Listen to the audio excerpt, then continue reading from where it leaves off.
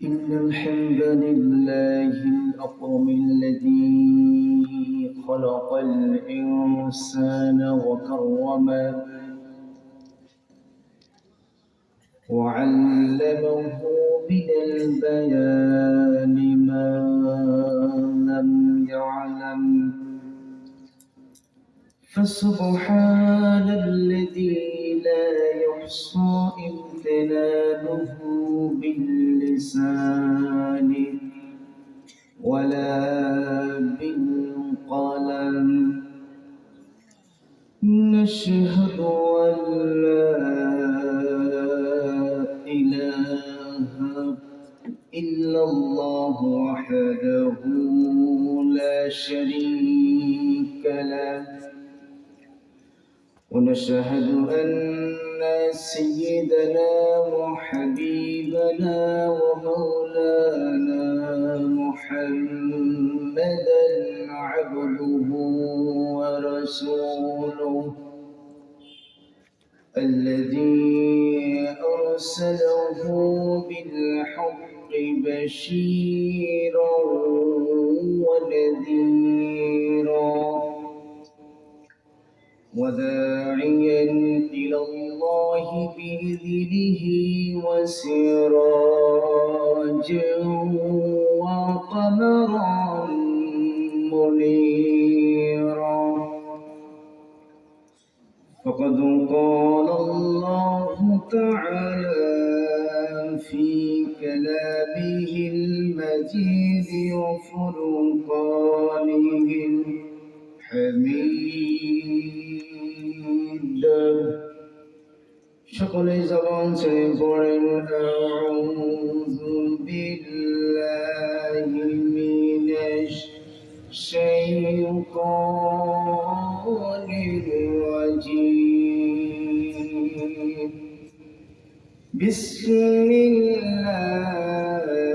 বিসমিল্লাহির রাহমানির রাহিম منها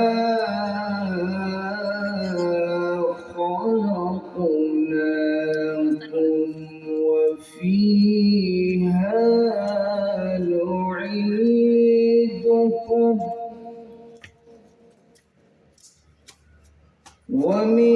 ومنها نخرجكم تارة أخرى الله أكبر بسم الله الرحمن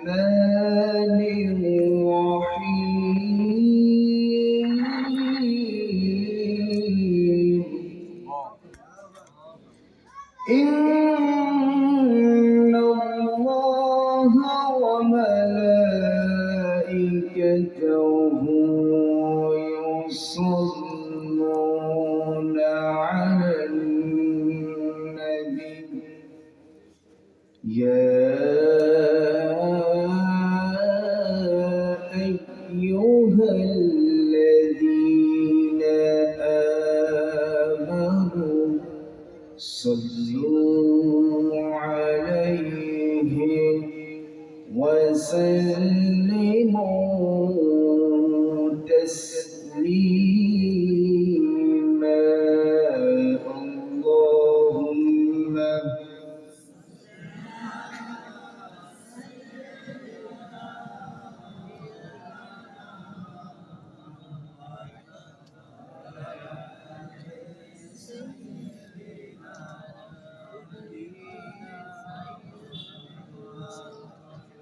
নবীর প্রতি মহব্বত ভালোবাসা আমাদের সবার ভিতরে আছে না নাই? কম না বেশি? তাহলে একটা আওয়াজ দিয়ে পড়বেন তোমার সাথে, সকলে পড়ুন আল্লাহুম্মা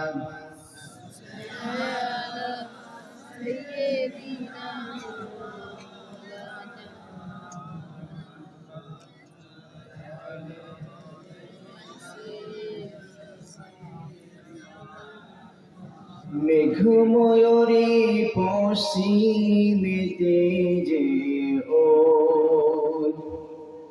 আমার সালাম নবীর দেশে দিও, রওজা জিয়ারাতের আশায়, রওজা জিয়ারাতের আশায় পিয়াসী অন্তর, যেথায় আমার প্রিয় নবী ঘুমাই নিরন্তর,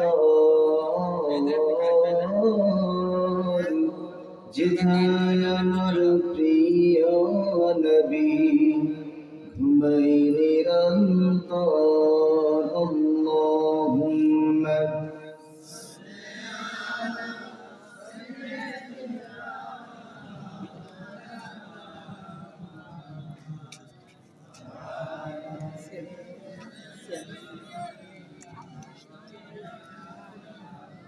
بلغ العلا بكماله،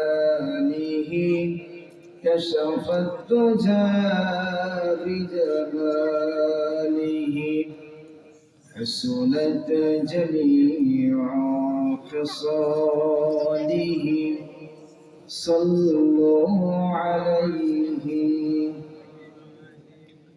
যাদের হৃদয়ে আছে আল্লাহর ভয়, তারা কবু পথ ভুলে যায় না।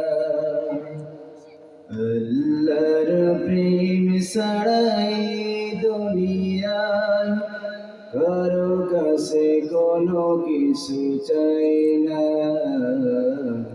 কারো কাছে কোনো কিছু চাই না। যাদের হৃদয়ে আছে আল্লাহর ভয়,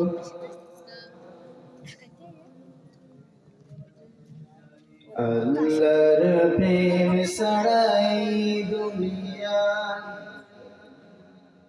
কারো কাছে কোনো কিছু চাই না, কারো কাছে কোনো কিছু চাই না।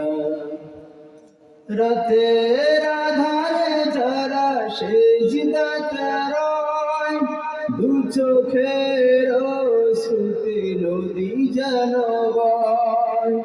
রাতের আধারে যারা সিজদাতে রয়, দু চোখের অশ্রুতে নদী যেন বয়।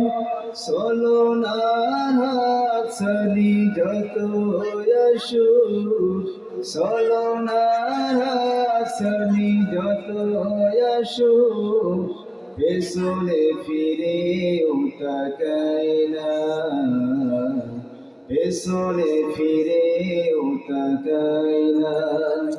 যাদের হৃদয়ে আছে আল্লাহর ভয়, তারা কবু পথ ভুলে যায় না। আল্লাহর প্রেম ছাড়াই দুনিয়ায় কারো কাছে কোনো কিছু চাই না। আলহামদুলিল্লাহ। বাংলাদেশের ঐতিহ্যবাহী যশোর জেলার অন্তর্গত চৌগাছা হামিউস সুন্নাত খাদিমুল ইসলাম মাদ্রাসার উদ্যোগে দ্বিতীয় বার্ষিক ওয়াজ মাহফিলের সম্মানিত সভাপতি জনাব মোহাম্মদ হাফিজুর রহমান, আতানাল্লাহু লাহু ওয়া বারাকাল্লাহু ফি হায়াতি, সকলে বলে আমিন। আজকের মাহফিলের প্রধান মেহমান মুফতি আব্দুল কাইম আস-সাঈদ ভাই শারীরিক অসুস্থ হয়েছেন। আমরা সকলে দোয়া করব আল্লাহ পাক যেন তাকে সুস্থ দান করেন, সকলে বলে আমিন। আমার আগে আলোচনা ধন্য করেছেন আপনাদের অত্র এলাকার আন্তর্জাতিক খ্যাতিসম্পন্ন মুফাসসির কোরআন, ইসলামী আন্দোলনের বলিষ্ঠ কণ্ঠস্বর আলহাজ হযরত মাওলানা আবু সাঈদ, প্রাক্তন চেয়ারম্যান 2 নম্বর পাশাবল ইউনিয়ন পরিষদ চৌগাছা। আল্লাহ পাক তার ইলমে তারাক্কি দান করে সকলে বলে আমিন। আপনাদেরকে আমি দৃষ্টি আকর্ষণ করব, একে তো শীতের সময়, আপনারা মাঝখানে জায়গাগুলো ফাঁকা না রেখে একটু কাছে কাছে আসেন, জায়গাটা বুক করেন, আপনাদেরও ভালো হবে, গরম লাগবে, শুনতেও ভালো লাগবে, ঠিক কিনা বলেন? সর্বপ্রথম সে মালিকের দরবারে শুকরিয়া আদায় করছি যে আল্লাহ পাক আমাকে সুস্থ রেখেছেন, আপনাদেরকে সুস্থ রেখেছেন। জবান থেকে বলছি আলহামদুলিল্লাহ। সকলে বলছি রব্বানা লাকাল হামদ হামদান কাসীরান তাইয়িবান মুবারাকান ফীহি। আমরা আল্লাহ পাকের প্রশংসা করেছি, খুশি হয়েছেন কে? সবখানে একজন প্রশংসা করবো, তিনি কে? আওয়াজ শেষে প্রশংসা করবো কার? মারার সময় প্রশংসা করবো কার? বউ মারার সময় প্রশংসা করবো কার? সব জায়গায় আল্লাহ।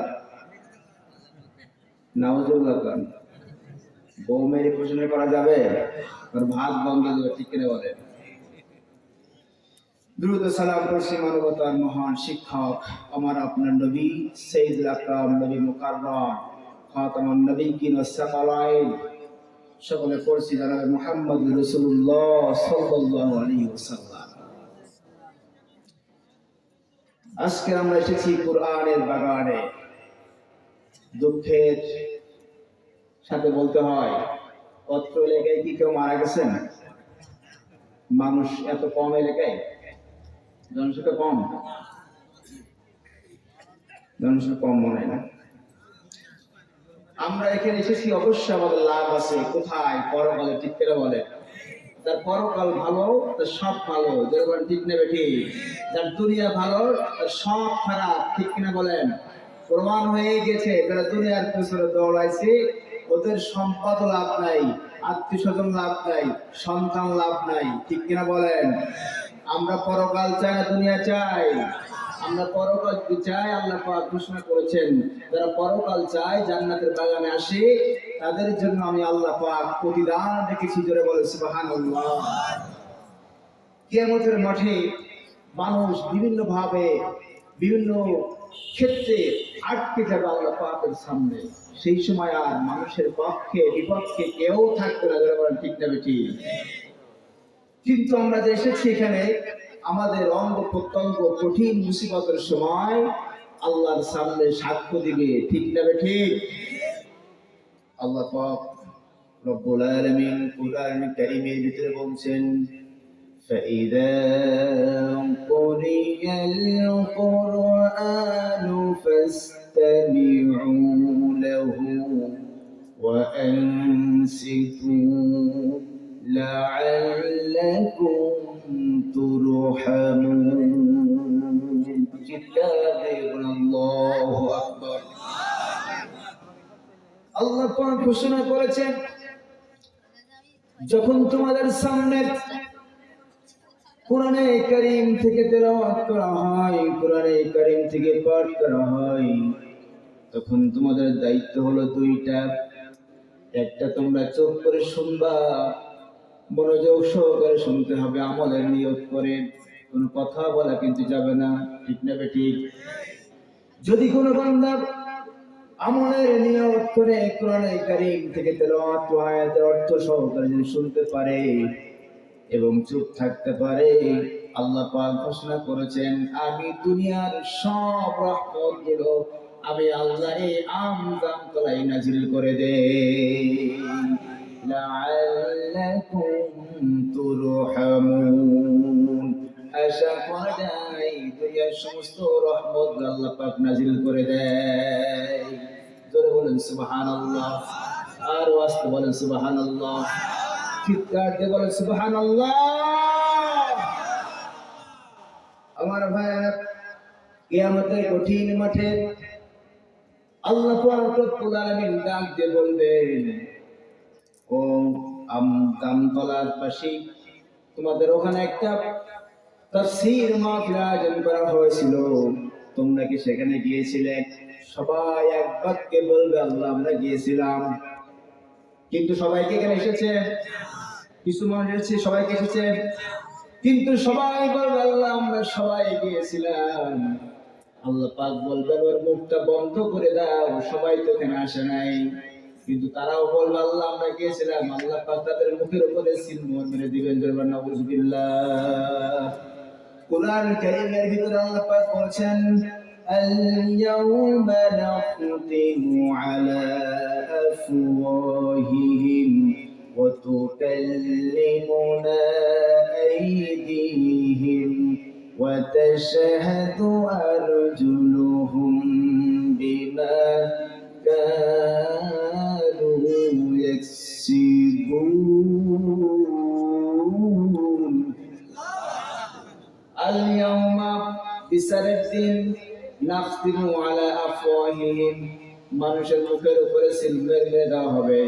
ওয়াতুকাল্লিমুনা আইদিহিম, তখন হাত জবান ছেড়ে বলবে আল্লাহ, এই হাত সাক্ষ্য দিবে আল্লাহ তোমার এই বান্দা শীতের মৌসুমে দুনিয়ার সব কাজ বাদ দিয়ে ঘুমটা হারাম করে দিয়ে ওই যে আমজাম গলায় বসে তোমার কোরআনের থেকে কথা শুনেছিল, বলে সুবহানাল্লাহ।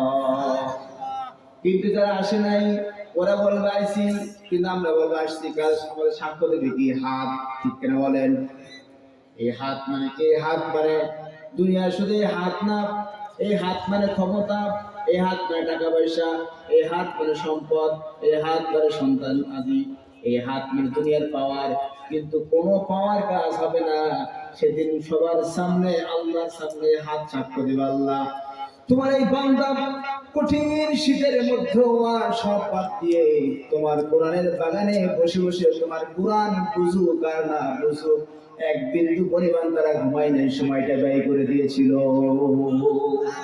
وتشهد أرجلهم بما كانوا يكسبون وتشهد, এটা প্রেজেন্ট, ফিউচার, বর্তমান, ভবিষ্যৎ সাক্ষ্য দিচ্ছে এবং কিয়ামত পর্যন্ত সাক্ষ্য দিবে।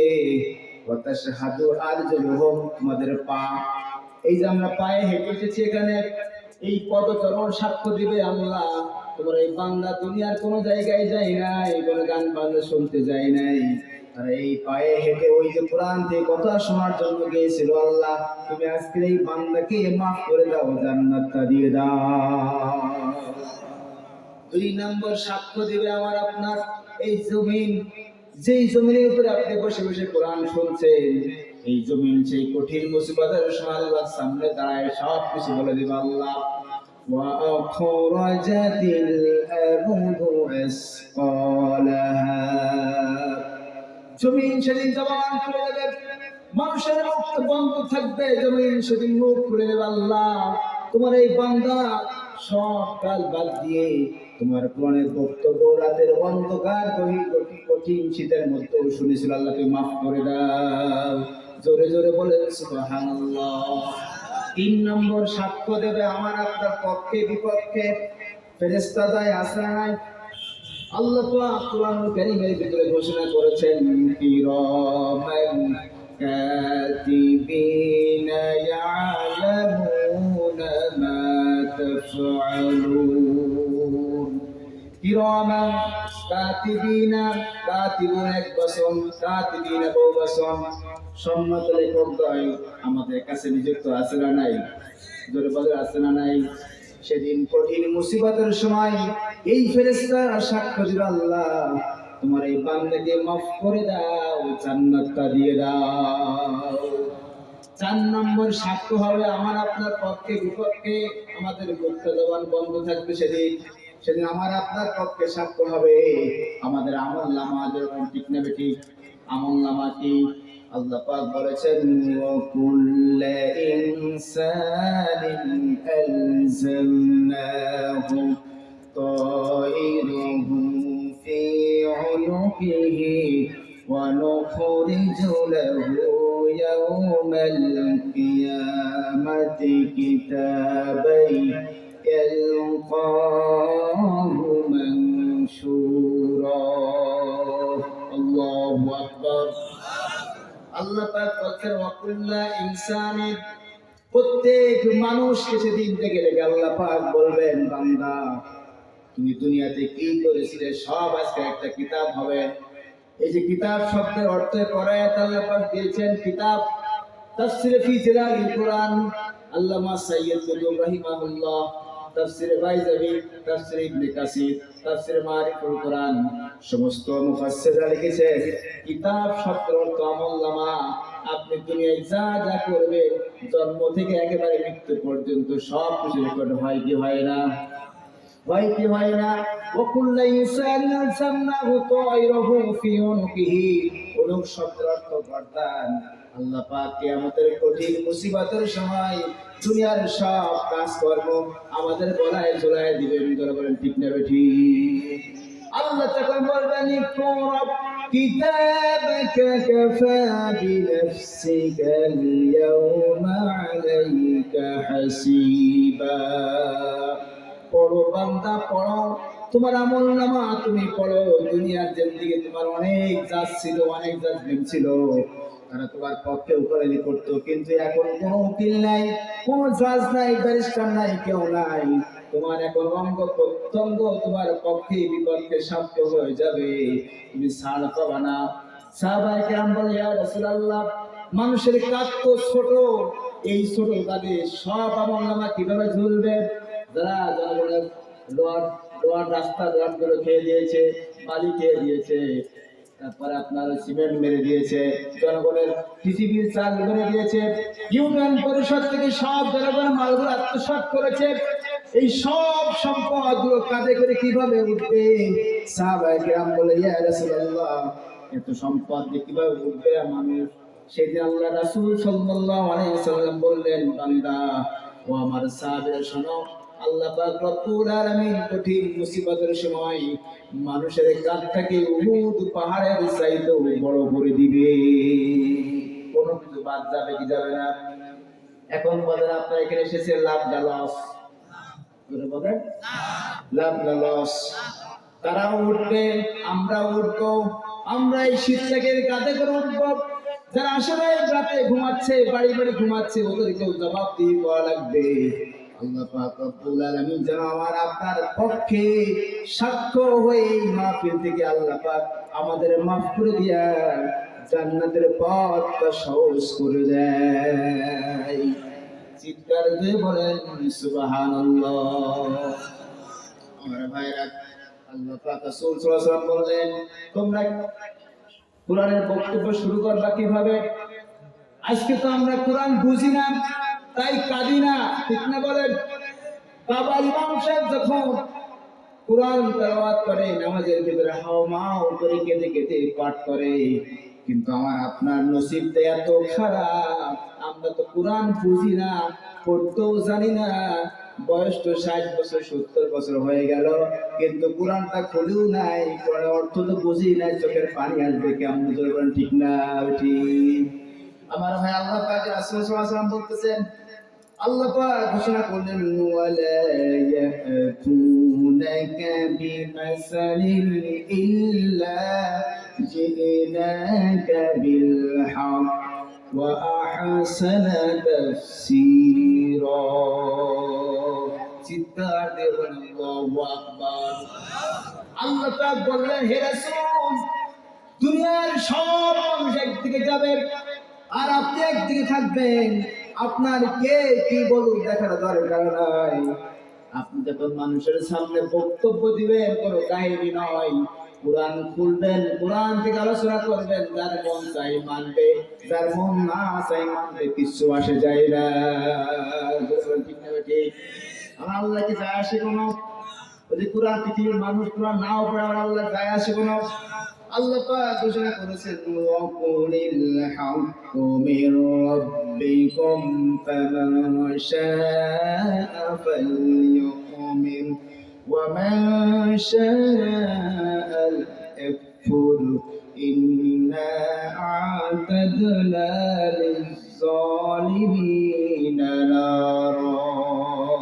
চিৎকার দিয়ে আল্লাহু আকবার। আল্লাহ পাক বলেন ওয়াকুলিল হাক্কু মির রাব্বিকুম, তোমার রবের পক্ষ থেকে যে সত্য কিতাব আল কুরআন আল বানী, যে সত্য কিতাব আমি আল্লাহ দান করেছি, আপনি ওই কিতাবটা পড়েন।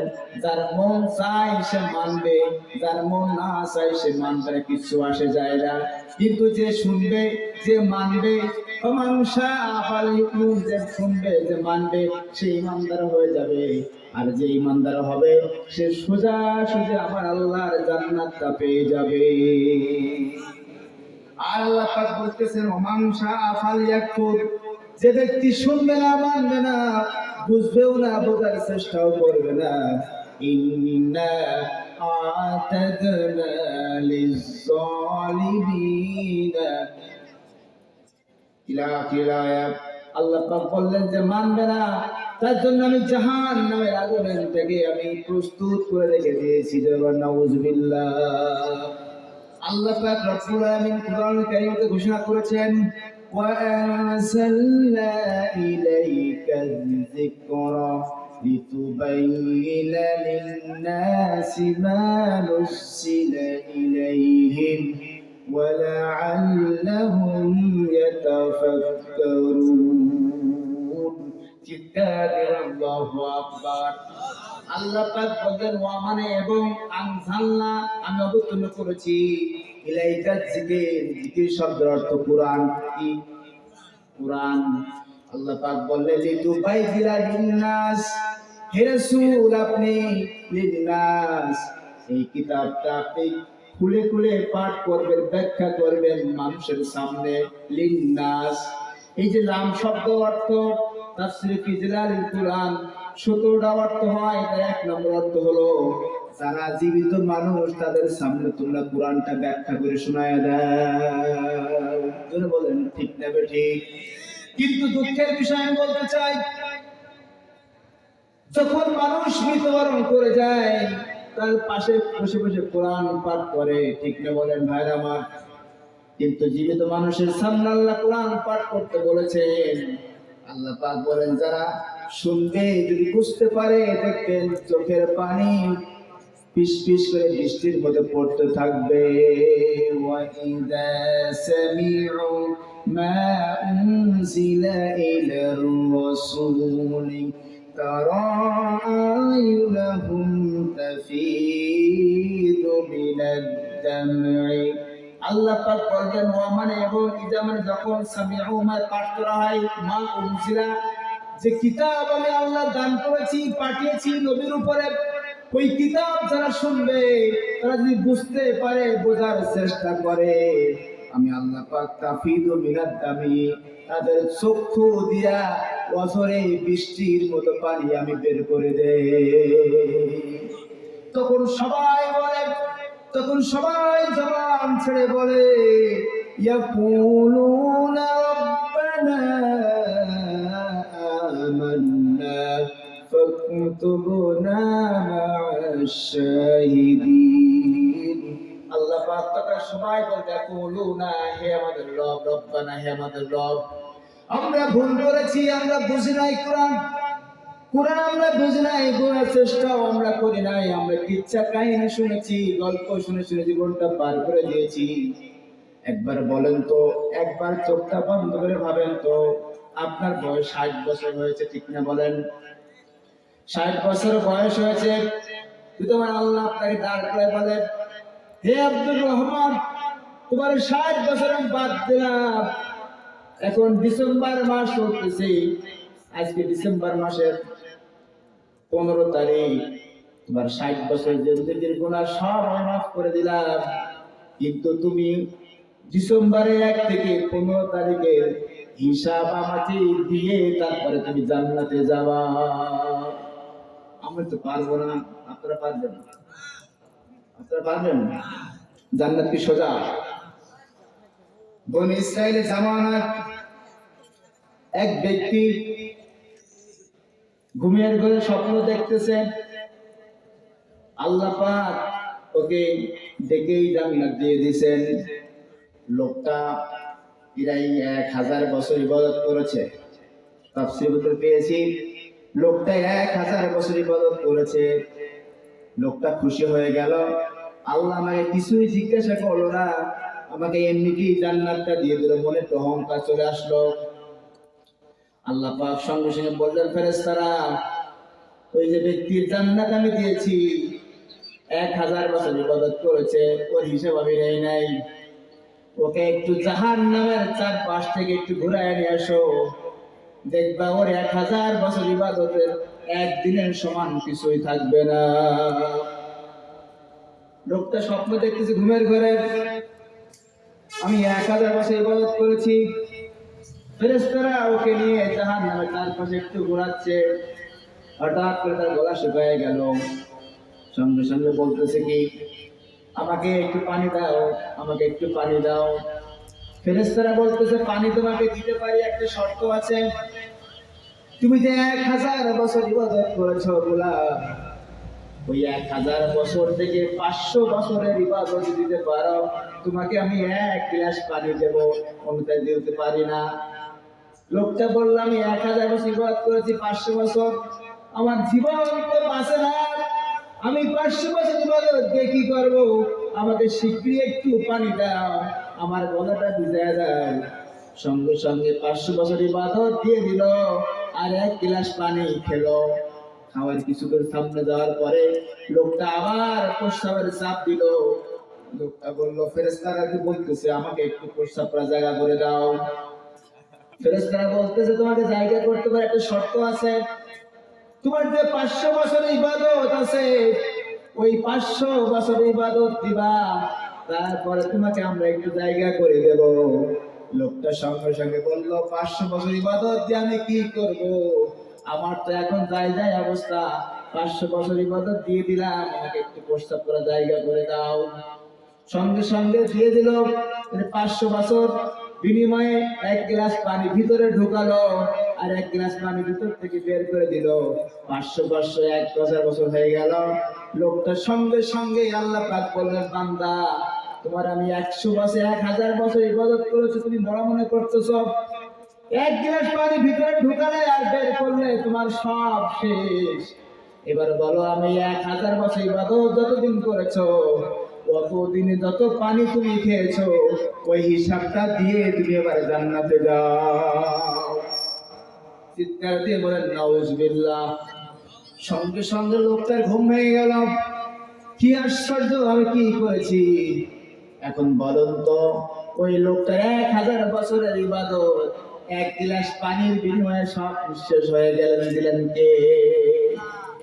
আমরা তো একেবারে সব বাবার দরবারে নিয়ে যাই, একটি এক গরু, একটি এক ছাগল নিয়ে বলি, বাবা সব রাখলাম, এই সব নামাজ পড়লাম না, সিয়াম পালন করলাম না, তুমি আমার জান্নাতের জন্য একটু সুপারিশ করে দিও।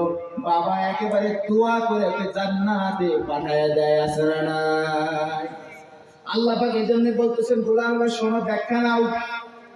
আমি বুঝতে পেরেছি এই অঞ্চলের মানুষ নাকি কাহিনী ভক্ত, ঠিক না? লোক দেশ তো চলে যাচ্ছে উঠে উঠে। ভালো লাগছে না খারাপ লাগছে? খারাপ লাগা ভালো লাগবে, থাকবে তো 1 ঘন্টা ইনশাআল্লাহ। ইনশাআল্লাহ আল্লাহ পাক রব্বুল আলামিন বলতেছেন, ইত্তাবিউ মা উনসিলা ইলাইকুম মির রাব্বিকুম ওয়া লা তাত্তাবিউ মিন দুনিহি আউলিয়া। আল্লাহ পাক বলেন, বান্দারে, ইত্তাবিউ, তোমরা সকলেই আনুগত্য করো, আমি আল্লাহ পাক মা উনসিলা ইলাইকুম মির রাব্বিকুম, তোমার রবের পক্ষ থেকে তোমাদের উপরে যে কিতাব নাযিল করেছি, মানে কোরআন কারীম, ঠিক কিনা বলেন? তোমার রবের পক্ষ থেকে তোমাদের উপর, মির রাব্বিকুম, তোমাদের উপরে যে কিতাব আমি পাঠিয়েছি, ওই কিতাবের আনুগত্য করতে বলেছেন কে? আমার ভাইয়েরা, আমার নবীজি সাল্লাল্লাহু আলাইহি সাল্লাম একবার নবীজিকে 72 জন কাফের আক্রমণ করলো। আক্রমণ করার সঙ্গে সঙ্গে আমার নবীজি দেখতেছেন চারিপাশে মৌমাছি ঘুরে বেড়াচ্ছে। আল্লাহ পাক ফোর্স পাঠিয়ে দিলেন, মৌমাছি যাও যাও, আমার বান্দা দেখো, আমার প্রিয় হাবিব মুহাম্মদ সাল্লাল্লাহু আলাইহি ওয়াসাল্লাম দেখো তার উপরে কাফেররা হামলা করেছে, তোমরা শীঘ্রই চলে যাও। মৌমাছিরা এসে বলতেছে, ইয়া রাসূলুল্লাহ, ইয়া হাবিবাল্লাহ, আমরা তোমাকে একবার সালাম দিয়ে আমাদের জীবনটা ধন্য করতে চাই। মাথার কাছে গুনগুন করে ডাকতেছে। বিশ্বনবী সাল্লাল্লাহু আলাইহি সাল্লাম বলতেছেন, দেখো কেন? মৌমাছি বলতেছে, আল্লাহ আমাকে একটু জবানটা খুলে দাও, আমি রব্বুল আলামিনের গোলাম, গোলামের আমি একটা সালাম দিয়ে আমাদের জীবনটা ধন্য করে দেব। সঙ্গে সঙ্গে আল্লাহ পাক রব্বুল আলামিন কুরআনুল কারীমের ভিতরে ব্যাখ্যা করেছেন, ওয়া আওহা রাব্বুকা ইলান নাহলি আনিত্তাখিযী মিনাল জিবালি বুয়ুতান ওয়া মিনাশ শাজারি ওয়া মিম্মা ইয়ারিশুন। চিৎকার দিয়ে বলেন আল্লাহু আকবার। ভালো করে কথাটা শুনবেন। এই একটা কথা শুনলে আপনার হৃদয়ত আল্লাহ দিতে পারে। এটা আপনি বোঝেন, সারা রাত শোনা লাগবে না, একটা আয়াত থেকে আল্লাহ আপনাকে হৃদয়ত দিতে পারে। জোরে বলে সুবহানাল্লাহ। আল্লাহ পাক বলেন, ওয়াওহা রাব্বুকা ইলান নাহাল। নাহাল শব্দের অর্থ মৌমাছি। আল্লাহ পাক রব্বুল আলামিন মৌমাছিকে আদেশ দিয়েছে, হে মৌমাছি শোনো, তোমরা পৃথিবীতে তিনটা জায়গা বাদে কোথাও তোমরা বাসা বাঁধবা না, কোথায় ঘর বাঁধবা না। এই তিনটা জায়গা বাদে দেখবেন মৌমাছি পৃথিবীর কোনো জায়গায় ঘর বাঁধে না। কি আদেশ আল্লাহ পাক দিলেন, ঠিক না বলেন? কিন্তু আল্লাহ পাক আমাদেরকেও কোরআন দিলেন, বললেন তোমরা কোরআনের বাইরে জীবন যাপন করবা না। মৌমাছিকে আল্লাহ পাক তিনটা অর্ডার করেছেন। এক নম্বর অর্ডার, মিনাল জিবাল, তোমরা বাসা বাঁধবা পাহাড়ে। কোথায়? আপনারা সবাই দেখবেন মৌমাছি বাসা বাঁধে পাহাড়ে, আছে না নাই?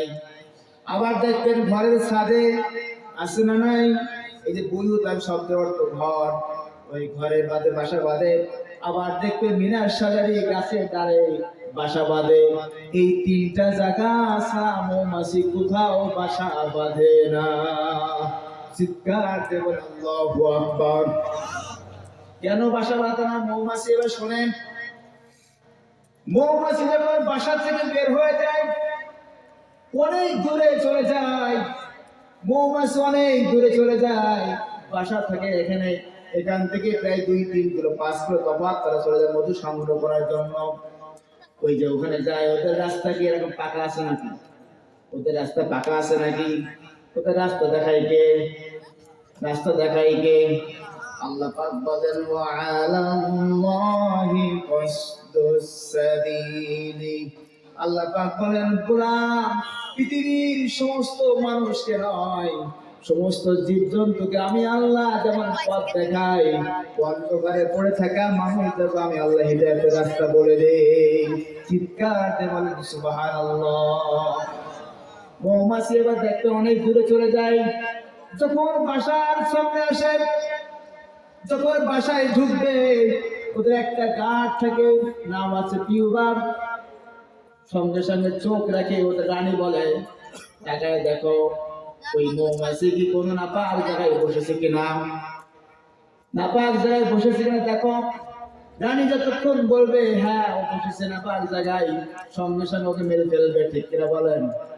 মৌমাছি দেখবেন পৃথিবীর কোথাও নাপাক জায়গায় বসে না, কিন্তু মাছি দেখবেন শুধু নাপাক জায়গায় বসে, আছে না নাই? আল্লাহ পাক উদাহরণ দিচ্ছেন মৌমাছি দিয়ে।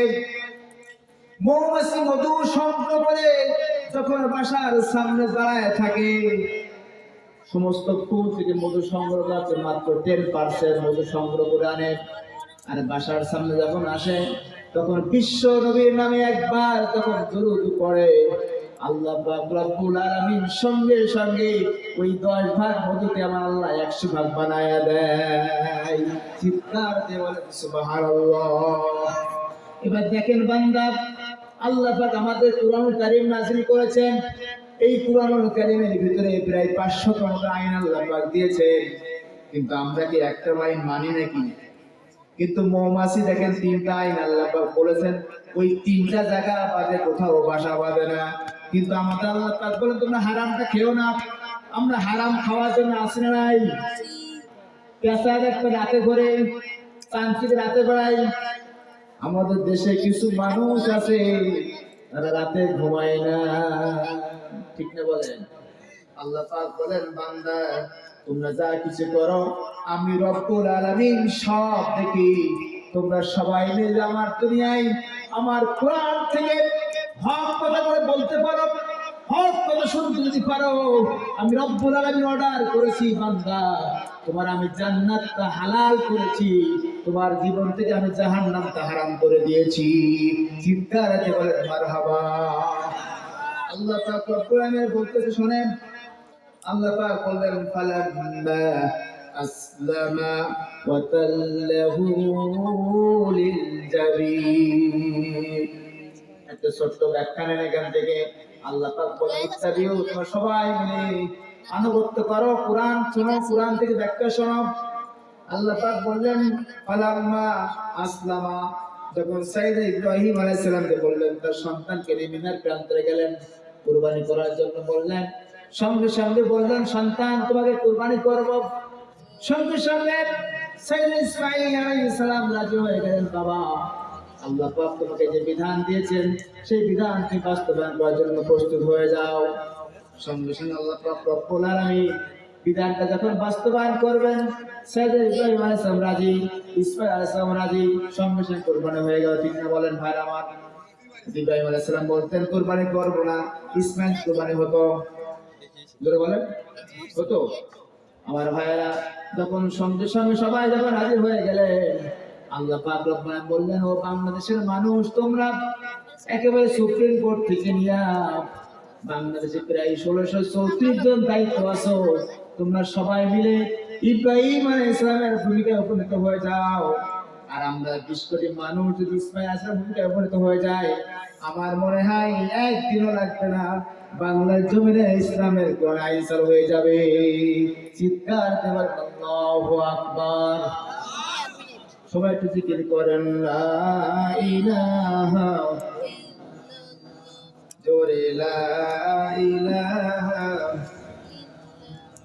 লা ইলাহা ইল্লাল্লাহ সুবহানাল্লাহ ওয়ালহামদুলিল্লাহ লা ইলাহা।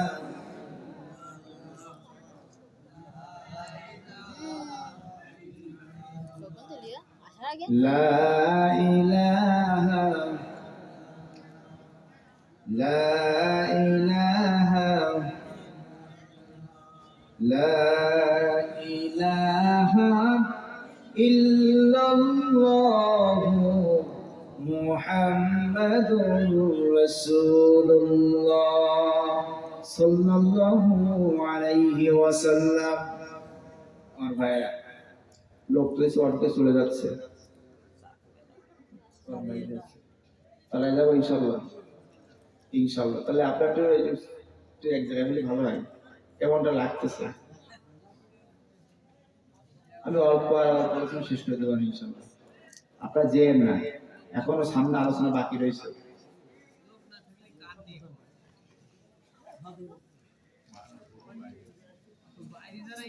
আমার ভাইয়েরা, আমি মূল আলোচনায় চলে যাবো এবার। এতক্ষণ ভূমিকা বললাম, কি বললাম? ভূমিকা বললাম। আল্লাহ নামের জিকির করবে যারা, আল্লাহর কাছে প্রিয় তারা, আল্লাহর কাছে প্রিয় যারা, জান্নাতে প্রবেশ করবে তারা, বলো লা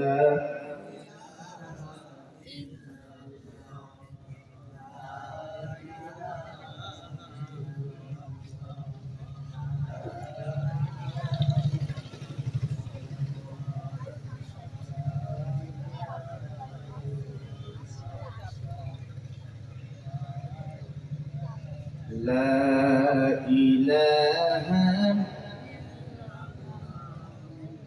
মুহাম্মাদুর রাসূলুল্লাহ সাল্লাল্লাহু আলাইহি ওয়াসাল্লাম। আমার ভাইরা, আমি কোরআন কারীম থেকে একটা আয়াত তেলাওয়াত করেছি।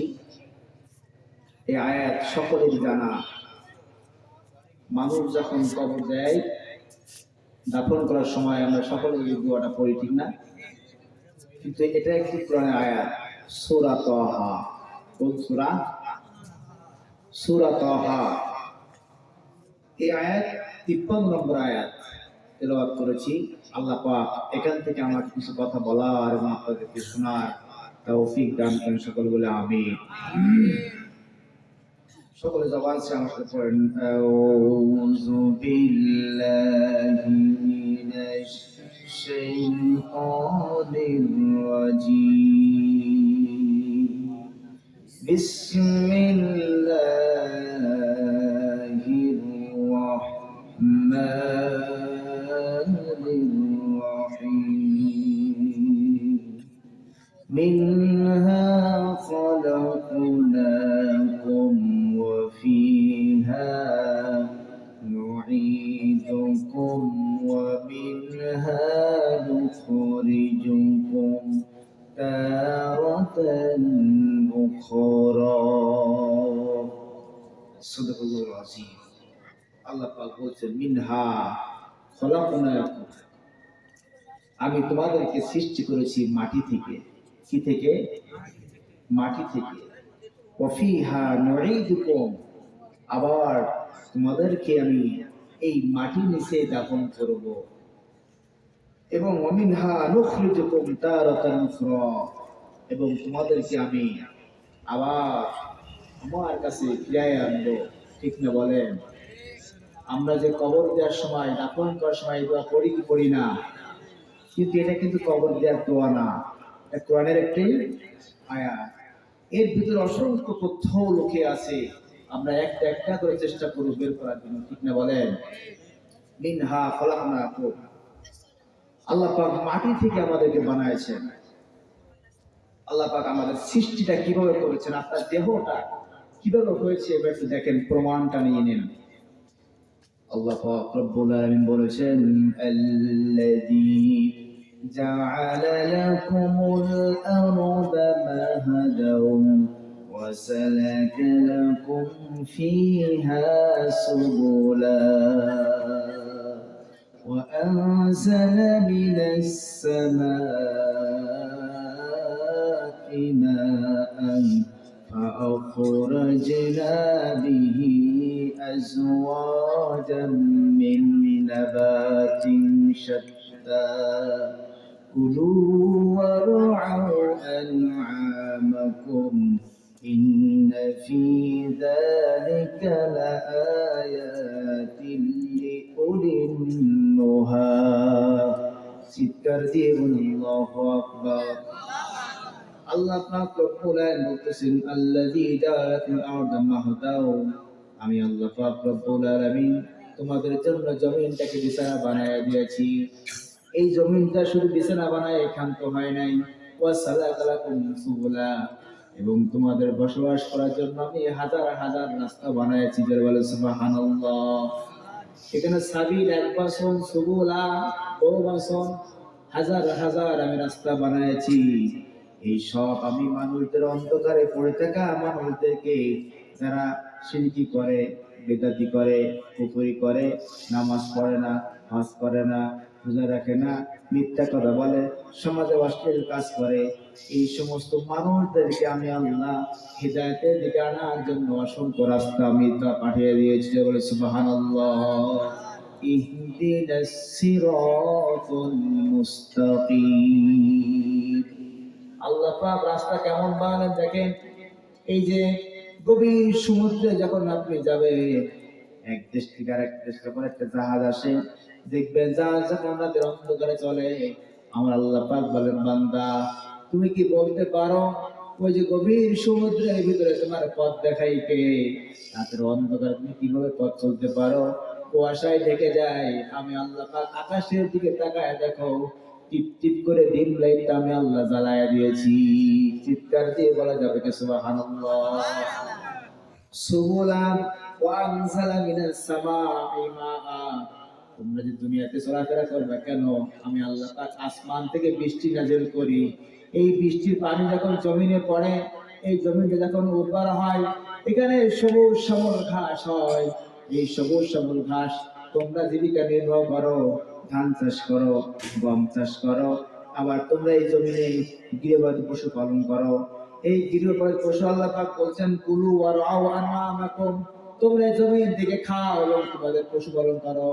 ওই পশুগুলো জবাই করার পরে যে গোস্ত হয়, ওই গোস্ত খাওয়ার পর তোমাদের দেহে শক্তি হয়। ওই শক্তি হওয়ার পরে তোমাদের দেহে থেকে একটু শক্তি হওয়ার পরে তোমাদের এক বিন্দু নাপাক পানি থেকে আমি আল্লাহ তোমাদেরকে বানায়া দিয়েছি। চিৎকার দিয়ে বলা যাবে কি আল্লাহু আকবার। আল্লাহ পাক বলেন বান্দা একবার ভাবো তোমাকে আমি বানাইছি কিভাবে, শোনেন। আমরা গোস্ত খাই, গোস্ত খেয়ে শরীরে রক্ত মাংস তৈরি হয়, এখান থেকে আমাদের শরীরে বীর্য হয়। মা বাবার মিলনের মাধ্যমে আল্লাহ পাক আমাকে আপনাকে বানাইছে, জোরে বলেন সুবহানাল্লাহ। এবার দেখেন আপনি মাটির তৈরি প্রমাণটা কি, মাটির মধ্যে কি কি আছে। মাটি দেখলে আমাদের গা চামড়া কাটতে রক্ত বের হয়। আবার বলতেছি মাটি তৈরি, মাটিতে তৈরি, মাটি দেখলে আমরা ঘৃণা আসে কি আসে না।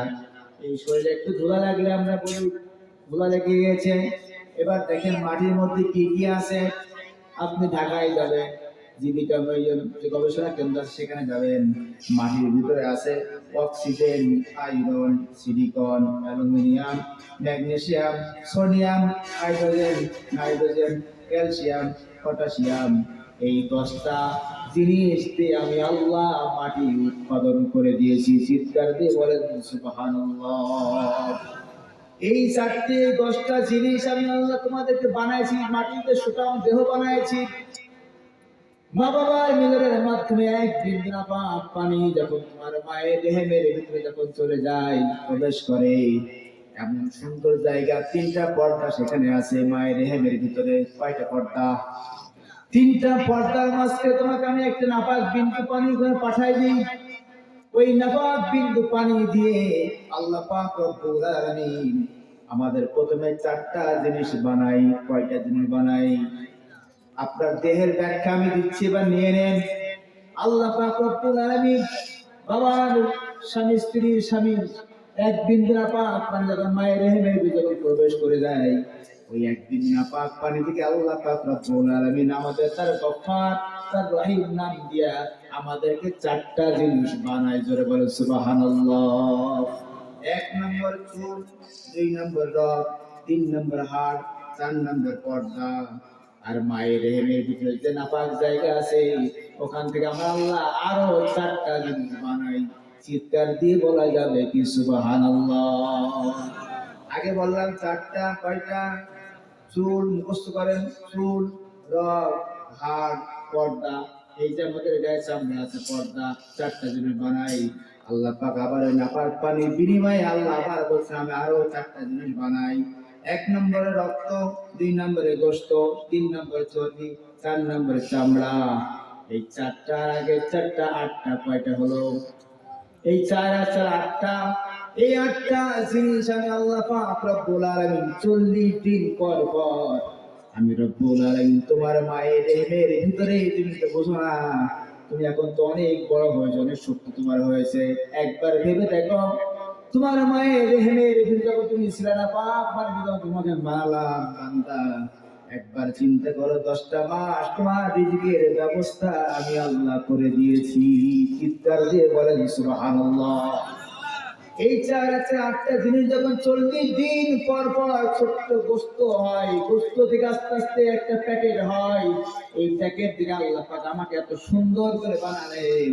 আল্লাহ পাক বললেন ওয়াজআলা লাকুমুস সামআ ওয়াল আবসারা ওয়াল আফইদা লাআল্লাকুম তাশকুরুন। আল্লাহ পাক রব্বুল আলামিন সূরা নাহাল 78 নম্বর আয়াতে শেষ অংশ আছে। আল্লাহ পাক বলেন ওই যে 4 আছে 8টা, আর আমি এখানে দিছি আরো 5টা। 1 নম্বর শ্রবণ শক্তি, 2 নম্বর দর্শন শক্তি, 3 নম্বর বাক শক্তি, 4 নম্বর আকল শক্তি, 5 নম্বর জ্ঞান শক্তি। এই 8 আর 5 তারও কয়টা হয়? আগে প্রথমে 4টা বলেছি, পর আবার 4টা, কটা হলো? 8টা। আবার এখন বলেন 5টা, কটা হলো? 8টারও আট পাঁচ 13, এই 13টা জিনিস আমি আল্লাহ পাক রব্বুল আলামিন 40 দিন পরবার তোমার মায়ের অসুখটাকে বন্ধ করে দিয়া আমি রব্বুল আলামিন তোমার দুধের ব্যবস্থা, আমি খাবারের ব্যবস্থা করে দিয়েছি। ও গোলাম, তুমি একবার ভাবো, দুনিয়ায় তোমার অনেক সম্পদ হয়েছে, অনেক শক্তি তোমার হয়েছে, কিন্তু একবার ভাবো, যখন তোমার মায়ের গর্ভে তুমি ছিলা, তখন তোমাকে খাবারের ব্যবস্থা যে রব করেছেন, ইবাদত করতে হবে কোন রবে? আল্লাহ পাক রব্বানের জন্য বলতেছেন, বান্দা শোনো, সুম্মা খালাকুনাল নুতফাতা আলাকাতান فخلقنا العلقة مضغة فخلقنا المضغة عظاما فكسونا العظام لحما الله أكبر আল্লাহ পাক বলেন, বান্দা তোমার সমস্ত গোশতটা আস্তে আস্তে যখন বড় হয়ে গেল, আমি রব্বুল আলামিন তোমাকে একটা মা বাবার মিলনের মাধ্যম থেকে, সেখান থেকে নাপাক পানি থেকে আমি আল্লাহ পাক দিনের পরে দিন, রাতের পরে রাত, 1 মাস 2 মাস 3 মাস 4 মাস 5 মাস যখন হয়ে গেল, আমি রব্বুল আলামিন তোমাকে একটা গোশত দিয়ে, একটা প্যাকেট বানায়, একটা দেহ স্ট্রাকচার দিয়ে তৈরি বানালাম। ফাকাসাউনাল ইযামা লাহমা, আমি আল্লাহ তোমাকে দেহ বানানোর পরে চামড়া দিয়ে প্যাকেট করে কত সুন্দর করে ঢেকে দিয়েছি, কারণ চামড়া না থাকলে ধুলাবালি লাগতো। ধরে বলেন ঠিক না বেঠিক? আল্লাহ পাক বলে, বান্দারে এত কষ্ট করে তোমাকে আমি তিলের পরে তিল মায়ের এমএর কত কষ্ট করে তোমাকে লালন পালন করলাম, কেমন করে তুমি আমি আল্লাহকে তুমি ভুলে গেলা? আমি রব্বুল আলামিন তোমাকেও ভুলে যাব যদি আমার বিধান বাস্তবায়ন না করতে পারো। চিৎকার দিয়ে বলেন আল্লাহু আকবার। আমার ভাইরা, আল্লাহ পাক রব্বুল আলামিন বলতেছেন, বান্দা, আল্লাহ পাক বলেন, লাহুম কুলুবুল লা ইয়াফকাহুনা বিহা। আল্লাহ পাক আমাকে আপনাকে বানালেন, এবার দেখেন আল্লাহ পাক বলতেছেন, বান্দা তুমি কি একবার তাকায় দেখো কত সুন্দর চক্ষু তোমাকে দান করেছি। এই চোখের উপরে দেখো একটা ভুরু দিয়েছি, একটা সানসাইড দিয়েছি। এই যে সানসাইড না দিলে, ভুরু না দিলে, তুমি যখন রাস্তা দিয়ে হাঁটতা, ওই ধুলাবালি তোমার চোখের ভিতরে প্রবেশ করত। আবার তুমি পড়ে যেতে, তোমার পড়ার সঙ্গে সঙ্গে তোমার চোখে লাগতো। আমি রব্বুল আলামিন রব নামের খাতিরে তোমার কত সুন্দর দুটো চক্ষু দান করেছি। আলাম নাজআল লাহু আইনাইনি ওয়া লিসানান ওয়া শাফাতাইন। চিৎকার দিয়ে আল্লাহু আকবার। আমি আল্লাহ কত সুন্দর দুইটা চক্ষু দিয়েছি, একটা দিলেও পারতাম, চক্ষুটা সামনে না দিয়ে পিছনে দিতে পারতাম, কিন্তু ভালোবাসার কারণে তোমাকে সামনে চক্ষু দিয়েছি। একটা নাক দিয়েছি, দুইটা কান দিয়েছি। শোনো, এই কান দিয়ে তুমি কি শোনো? আমার কোরআন শোনো না গান শোনো? আল্লাহ পাক বললেন, লাহুম কুলুবুল লা ইয়াফকাহুনা বিহা। আল্লাহ পাক বলেন, যাদের কলব আছে, ওই কলব দিয়ে যারা শোনে না, যাদের অন্তর আছে, অন্তর দিয়ে ব্যাখ্যা করে না, চোখ দিয়ে দেখে না, ওরা হলো বালহুম আদাল, একেবারে চতুষ্পদ জন্তুর চাইতেও খারাপ। কে বলছেন? আল্লাহ পাক এজন্য বলতেছেন, বালা বান্দা শোনা, কলব কাকে বলে? আমরা তো কলব নিয়ে মারামারি করি। কলব কোন জায়গায় আছে বলতে পারবেন আপনি? বলতে পারবেন? সবাই তো বলেন যে বাম পাশে কলব আছে, আছে না নাই? কিন্তু কখনো কোনো বৈজ্ঞানিক কি বলতে পারবে কলব কোন জায়গায় আছে? বলতে পারবে? নবীজি বলতেছেন কলব কোথায় আছে এবার শোনো। নবীজি বলতেছেন, আলা ইন্না ফিল জাসাদি মুদগাহ ইজা সালাহাত সালাহাল জাসাদু কুল্লুহু। আল্লাহ নবী সাল্লাল্লাহু আলাইহি ওয়াসাল্লাম বললেন, কলব আছে তোমাদের শরীরের মধ্যে। কোথায়? জাসাদ মানে শরীর, কলব আছে আমাদের শরীরের মধ্যে। ইজা সালাহাত সালাহাল জাসাদ, যখন ওই গোশতের টুকরাটা ভালো থাকে, তখন তোমার সমস্ত শরীরটাই ভালো থাকে। ওয়াইজা ফাসাদাল জাসাদু কুল্লুহু, যখন ওই গোশতের টুকরোটা অগরটা যখন নষ্ট হয়ে যায়, সমস্ত দেহটা নষ্ট হয়ে যাবে। জেনে রাখো, আলা সাবধান, জেনে রাখো, ওয়াহিয়াল কল, ওটাই কলব। কোথায় আছে বলে? এই হাদিসে কি আছে একবারও? তো কলব আছে মানুষের এখানে। আমরা বলি না বাপ মাস আছে কলব, বলি কি বলি না? ঠিক না? এবার দেখেন গোশতের টুকরা আমরা চিনবো কিভাবে? হাদিসটা বললাম কলবটাকে বলে, কলব আছে যেটা বললাম, কলবের চিনার। এবার গোশত চিনবো কিভাবে? এই গোশত আর এক নম্বর মুদ্দ হওয়ার শর্ত তিনটা। এক নম্বর হলো ওর ভিতরে কোনো আঁশ থাকা যাবে না। দুই নম্বর চর্বি থাকবে, রক্ত থাকবে। তিন নম্বর ওই গোশতের টুকরাটা এমন হবে, রাবারের উপরে যখন দাগ দেওয়া হয়, তার মধ্যে যখন জোড়া পাট্টার ভাব থাকে, ভাববেন ওটাই হলো কলব। বিশ্বাস যদি না হয়, এই যে গোশতের টুকরাটা আপনার দেহের ভিতরে কোথাও নাই, আপনার এই গোশতের টুকরোটা আল্লাহ আপনার মাথার ব্রেনের মধ্যে দিয়েছে। চিৎকার দিয়ে বলেন সুবহানাল্লাহ। বিশ্বাস কেমন হয়? হয়? বিশ্বাস হয়? কলব কোথায় আছে? দেখবেন না তার মাথা খারাপ হয়ে যাবে, ঠিক না? নবীজি বলছেন যে ওই গোশতের টুকরা খারাপ হলে ওই সমস্ত দেহটাই খারাপ। কে বলছেন? হাদিস বললেন তো আগে হাদিস। তাহলে দেখবেন তার মাথা ব্রেন খারাপ হয়ে যায়, দেখবেন পাগল মতো ঘুরে বেড়ায়, ঠিক না বলেন? তাহলে কলব কোথায় আছে? কলব কিন্তু মাথার মধ্যে আছে, কিন্তু আমরা বুঝি নাই। আমরা সবাই মনে করি কলব এখানে আছে, হার্ট এখানে আছে। এবার দেখেন আল্লাহ পাক রব্বুল আলামিন আপনাকে মুদ্রা দিয়ে বানালেন, কত সুন্দর করে আপনার মায়ের দেহের ভিতরে একদিন নাপাক পানি থেকে আপনাকে বানালেন।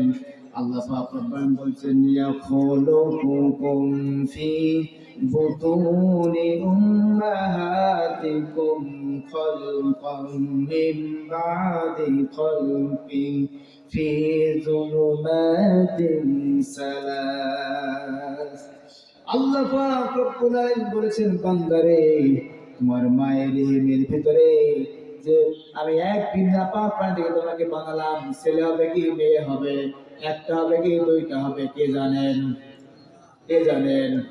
আল্লাহ পাক রব্বুল আলামিন বলেছেন কোরআন কারীমের সূরা আলে ইমরান 3 নম্বর সূরা, হুয়াল্লাযী ইউসাম্মিরুকুম ফিল আরহামি কাইফা ইয়াশা يخلق ما يشاء يهب لمن يشاء إناثا। আল্লাহ পাক রব্বুল আলামিন বলেন, বান্দা, আমি রব্বুল আলামিন তোমার মায়ের দেহের ভিতরে আমি আল্লাহ পাক একটা ছেলেও দিতে পারি, মেয়েও দিতে পারি, কিন্তু এখানে আল্লাহ পাক মেয়ের নামটা আগে দিয়েছেন। ধরে বলেন সুবহানাল্লাহ। মেয়ে সন্তান যখন জন্মগ্রহণ করে, আল্লাহ পাক রাসূল সাল্লাল্লাহু আলাইহি ওয়াসাল্লাম বলতেছেন, যারা একটা মেয়ে সন্তান যখন জন্মগ্রহণ করবে, তার উপরে 4টা দায়িত্ব হয়ে যাবে। 4টা দায়িত্ব পালন করতে পারলে আমি রব্বুল আলামিন ওর জীবনের সব গুনাহগুলো মাফ করে দিয়া জান্নাত আমি আল্লাহ রেখে দিয়েছি। 1 নম্বরে মেয়েটার সুন্দর নাম রাখতে হবে। 2 নম্বর তার পিছনে খরচ করতে হবে। 3 নম্বর তাকে দ্বীন শিক্ষা করতে হবে। কিন্তু আমরা আজকাল দ্বীন শিক্ষা দেই না, মেয়েদেরকে দ্বীন শিখাই না। দ্বীন শিক্ষা না থাকার কারণে কি হয়, এবার একটা ব্যাখ্যা নেন। তাদের কোরআনের জ্ঞান থাকে না, তাদের কি হবে? একটা কথা বলেন, দেখবেন রাস্তাঘাট যখন চলাফেরা করে আমার মা বোনেরা, দেখবেন আমার বোনেরা যেভাবে চলাফেরা করে, এটা হাদিস জানা না, কোরআন জানা না, আছে না নাই? আল্লাহ পাকের নবী বললেন, যারা 4টা জিনিস 4টা দায়িত্ব পালন করতে পারবা, আমি রব্বুল আলামিন তাদেরকে জান্নাতের পথটা সহজ করে দেব। 1 নম্বর দায়িত্ব পালন, দ্বীন শিক্ষা আপনাকে করাই লাগবে। দ্বীন শিক্ষা না করলে কি হয় এবার দেখেন, নেককার না হলে কি হয় এবং বদকার হলে কি হয়। ইমাম মালিক রাহমাতুল্লাহ আলাইহির জামানার একটা ঘটনা আমি বলতে চাই। ইমাম মালিক রাহমাতুল্লাহ আলাইহির জামানায় একটা একটা মহিলা মারা গেল। মহিলা মারা যাওয়ার সঙ্গে সঙ্গে তার তো গোসল দেওয়ার দরকার আছে, ঠিক না বলেন? মানুষ যখন মারা যায় তার গোসল দেওয়ার জন্য পাশের বাড়ি থেকে একটা মহিলা আসলো। ওই মহিলার নেককার এবং যে মারা গিয়েছে ওর নেককার, 2টা মহিলাই নেককার বান্দি, আল্লাহর ইবাদত করে। কিন্তু যে ব্যক্তি মারা গিয়েছে ওর গোসল করাতে আসছেন। গোসল যখন করাবেন, গোসল করার সঙ্গে সঙ্গে যখন খাটিয়ায় শোয়াই দিল, কর্তব্যে যখন গোসল করাবেন, যখন গায়ে পানি ঢালতেছেন, সেই সময় হাত যখন তার উরুর পরে লেগে গেল, যখন হাতটা উরুর পরে যখন যে গোসল করাচ্ছেন, হঠাৎ করে হাতটা লেগে গিয়েছে উরুর পরে, আর হাত ছাড়ায় না। বলেন, শুনতেছেন তো আপনারা? হাত উরুর পরে লেগে গিয়েছে আর হাত ছাড়াই না। মহিলা চিন্তা করলেন, আমার হাত তো ছাড়াই না, আমি কি করব? 1 ঘন্টা সময় পার হয়ে গেল, হাত তো ছাড়াই না। 2 ঘন্টা হয়ে গেল, হাত তো ছাড়াই না। না পেরে সবাইকে বলতেছে, দেখো আমার হাতটা লেগে গিয়েছে, হাত তো ছাড়াইতেছে না। তখন লোকজন মিলে ইমাম সাহেবের কাছে গেল। ইমাম সাহেবকে ডাকা হলো, দেখলেন তো এই মহিলার হাতটা ছাড়ায় না কেন? ইমাম সাহেব বলতেছেন, এই থিওরি তো আমার কাছে না, আমি তো বলতে পারবো না। বরং তোমরা এক কাজ করো, ওই যার হাত লেগেছে ওই হাতটা কেটে দাও। যখন কাটতে যাবে, ওই মহিলার স্বামী বলতেছে, না, হাত কাটা যাবে না, কারণ আমার স্বামী আমার স্ত্রী নেককার মানুষ, নেককার বান্দি ছিল, আমি হাত কাটতে দেবো না। বরং তোমরা এক কাজ করো, ওখান থেকে গোশত সহ কেটে দাও। কিন্তু মহিলাও কাটে না, হাতও ছাড়ায় না। পরে বললো, এক কাজ করো, হাত যখন ছাড়ায় না, তোমরা বরং এই জামানার সবচেয়ে বড় আলেম চিফ জাস্টিস ইমাম মালিক রাহমাতুল্লাহ আলাইহির কাছে চলে যাও। সঙ্গে সঙ্গে সবাই চলে গেলেন সেখানে। ইমাম মালিক রাহমাতুল্লাহ আলাইহি বলতেছেন, ঠিক আছে, আমি তো কোরআন দিয়ে ফয়সালা করি, কোরআন দিয়ে ব্যাখ্যা বিশ্লেষণ করি। তোমরা এক কাজ করো, তোমরা একটা সাথিয়ার একটা ময়দানে চলে যাও, সেখানে পর্দার ব্যবস্থা করো, আমি সেখানে আসতেছি, বিচার আমি করে দেবো কোরআন দিয়ে। বলে সুবহানাল্লাহ। সবাই লোকজন চলে গেল সেখানে। যাওয়াতে ইমাম মালিক রাহমাতুল্লাহ বলতেছেন, এবারে বলেন আপনার কাহিনী শুনেন, কি সমস্যা বলেন। মহিলা বলতেছেন, দেখেন, আমি যখন মারা যাওয়ার সংবাদ শুনলাম, আমি আসলাম গোসল করানোর জন্য। গোসল যখন আমি দেব, সেই সময় আমি হাত যখন উঁচু করে রেখেছি, আবার হাতটা লেগে গিয়েছে, হাত আর ছাড়ায় না, আঠার মতো লেগে গিয়েছে, কি করব, হাত তো ছাড়ায় না। স্বামী ইমাম মালিক বলতেছেন, এক কাজ করেন, আপনি তো মিথ্যা কথা বলতেছেন। ইমাম মালিক রহমাতুল্লাহ বলছেন, আপনি মিথ্যা কথা বলতে, সত্য কথা বলেন, আমার তো থিওরি মেলে না। ইমাম মালিক রাহমাতুল্লাহ বলতেছেন, ওয়া তাম্মাত কালিমাতু রাব্বিকা সিদকান ওয়া আদলা লা মুবাদ্দিলা লিকালিমাতিহি ইন্নাহু হুয়াস সামিউল আলিম। চিৎকার দিয়ে বলেন আল্লাহু আকবার। ইমাম মালিক রাহমাতুল্লাহ বলতেছেন, কোরআনে তো এমন কোন বাণী নাই যার কোন সমস্যার সমাধান নাই। কোরআনের সব সমস্যার দিতে পারে একজন, তিনি কে? ইমাম মালিক রাহমাতুল্লাহ বলতেছেন, আপনি মিথ্যা বলছেন, কোরআনের সঙ্গে তো মিলছে না, আমার কাছে আরো আছে, কিন্তু ধরে ধরলো। সঙ্গে সঙ্গে ইমাম মালিক বললেন, তুমি মিথ্যা কথা বলতেছো, সত্য কথা বলো। ওই মহিলা বলতেছেন, এবার শোনেন, আমি সত্য কথাই বলবো। আমি যখন হাতটা মহিলার উপর রাখলাম, উরুর উপর রাখলাম, ওই সময় আমি একটা খারাপ মন্তব্য করেছিলাম। আমি কয়েকদিন আগে দেখলাম ওই মহিলা একজন পুরুষের সামনে দিয়ে হাত ধরে হেঁটে হেঁটে যাচ্ছেন। আমি ভাবলাম ওরা সমস্যা করেছে নাকি। এটা কোমল করে একটা উদাহরণ করলাম।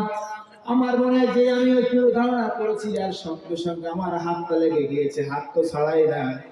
ইমাম মালিক রাহমাতুল্লাহ বলতেছেন, ঠিক আছে, আমি বুঝতে পেরেছি, তুমি মিথ্যা কথা বলেছো, তুমি মিথ্যা অপবাদ দিয়েছো। আল্লাহ পাক কোরআনে দেখা যাক কি বলে। আল্লাহ পাক বলতেছেন, وَمَن يَكْسِبْ خَطِيئَةً أَوْ إِثْمًا ثُمَّ يَرْمِ بِهِ بَرِيئًا فَقَدِ احْتَمَلَ بُهْتَانًا وَإِثْمًا مُبِينًا। আল্লাহু আকবার। ইমাম মালিক রাহমাতুল্লাহ বলতেছেন,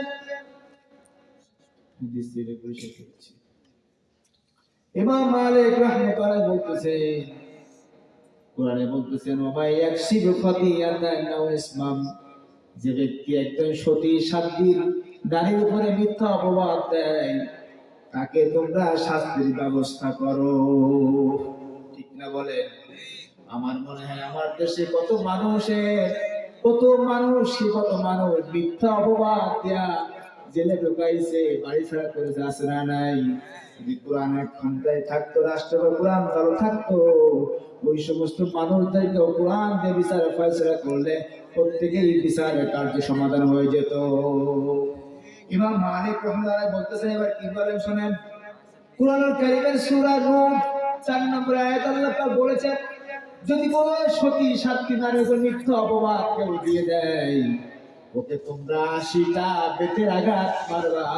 কোনদিন তোমরা সাক্ষী, 4 জন সাক্ষী না পেলে তোমরা বেতের আঘাত মারবা। কে বলেছে?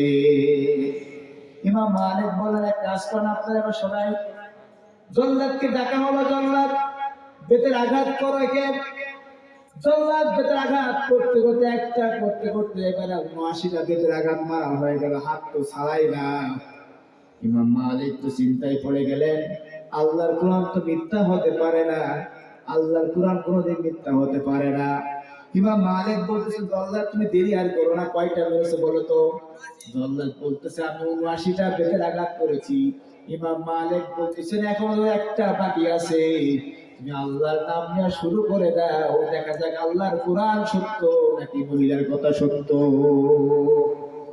সঙ্গে সঙ্গে যখন একটা বেতের আঘাত মারা হলো, 80টা বেতের আঘাত মারাও শেষ, ওই মহিলার উরু থেকে হাত নাগা ছাড়া শেষ। চিৎকার দিয়ে বলেন সুবহানাল্লাহ। আমার ভাইরা, কোরআন দিয়ে রাষ্ট্র পরিচালনা করতে পারে, প্রত্যেকে আর চুরি করতে পারবে না। চুরি করলে ওর হাত কাটা যাবে। আর সার কত থাকতো ওয়াইদাহুমা, যারা চুরি করবে ওদের হাত কাটতে আর কেউ কোনোদিন চুরি করতে পারবে না। যদি আগামী বাংলার জমি কোরআনের ডাক আসে, বাংলার জমি কোরআনের রাস্তায়ন করার জন্য ডাক দিলে, ওইটাকে আপনারা কে কে রাজি আছেন? রক্ত রাখলে রক্ত দিতে হবে, সম্পদ সম্পদ দিতে হবে, সময় দিলে সময় দিতে হবে, জীবন দিলে জীবন দিতে হবে। কে কে রাজি আছেন? দু হাত তুলে আল্লাহকে দেখা দে। লিল্লাহি তাকবীর, লিল্লাহি তাকবীর। আল কোরআনের আলো সংসদে জালো, আল হাদিসের আলো।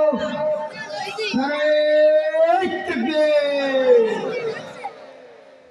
আমার ভাইরা, না গরম হয়ে গেছে না বাবা, গাও গরম হয়েছে, সময় শেষ হয়ে গেছে। সামনে অনেক অনেক কাহিনী বলা বাকি ছিল, যাই হোক সময় শেষ হয়ে গেছে। আল্লাহ পাক যদি আবার কখনো এদিকে আসি, পরের থেকে শুরু করবো ইনশাআল্লাহ। যতটুকু কথা বলেছি, আল্লাহ পাক আমাকে আপনাকে সহ কোরআনের আলোকে জীবন যাপন করার তৌফিক দান করেন। সকলে বলে আমিন। সকলে সূরা ফাতিহা একবার পড়েন, সূরা ইখলাস একবার, একবার দুরূদ পাঠ করেন। মানে বলছিলাম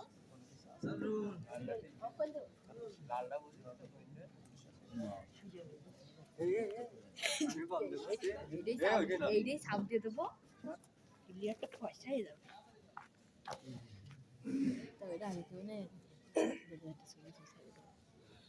اللهم آمين.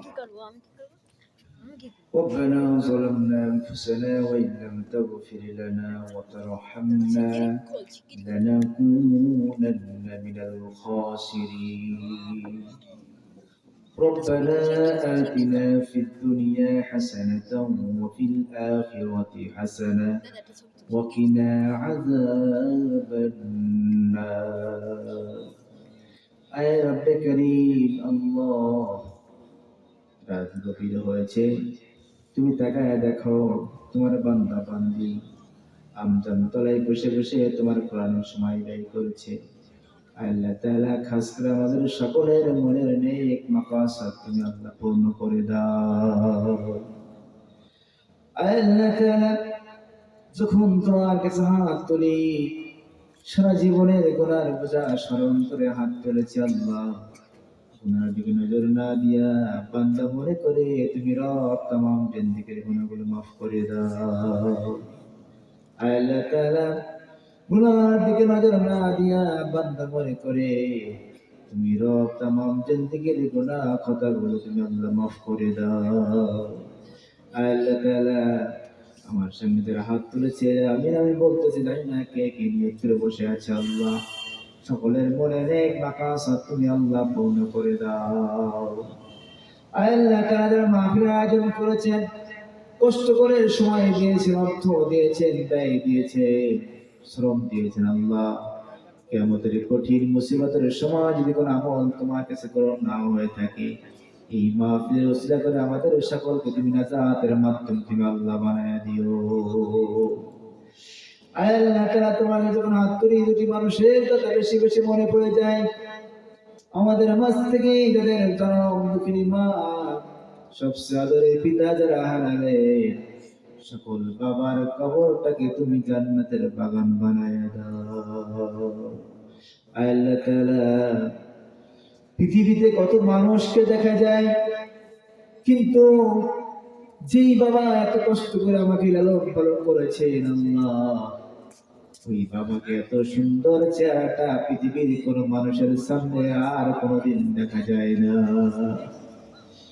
বাবা কত কষ্ট করে সারাদিন মাথার ঘাম পায়ে ফেলে কষ্ট করে আমাকে লালন পালন করেছে, কত কষ্ট করে আমাকে বাদাম কিনে খাওয়াইছে, চকলেট কিনে খাওয়াইছে, মিষ্টি কিনে খাওয়াইছে আল্লাহ।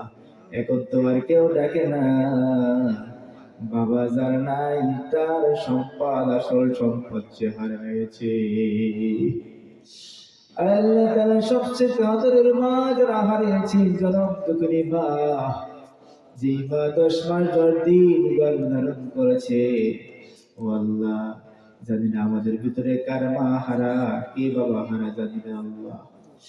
10টা মাস যখন মায়ের গর্ভে আমি ছিলাম, মাকে কত কষ্ট আমি দিয়েছি।